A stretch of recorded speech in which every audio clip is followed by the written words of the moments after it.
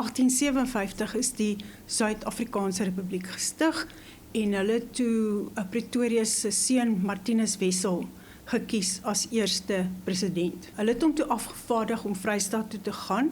Toe het hulle 'n waarnemende president aangestel, Jacob Maree, maar hy was 'n ander ou van Pretoria af met die naam van Stefanus Schoeman, een van daai mense wat aan geen reëls geglo het nie. Hy het Potchefstroom toe gekom, vir Maree gesê, jy is nou nie meer president nie, ek is nou die waarnemende president. Sure.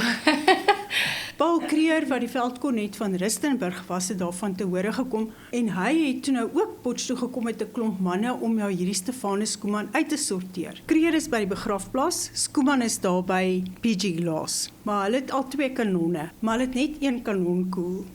So wat gebeur is, Creer sit die koel in sy kanon, skiet dit daar na PG Glass se kant toe. Die Schoeman stuur van sy manne om daar in Parafly in die moeras te gaan rondgrawe tot hulle die kanon koel gekry het. Dan maak hulle hom skoon en laai hom in hulle kanon en skiet hom terug. Weer terug.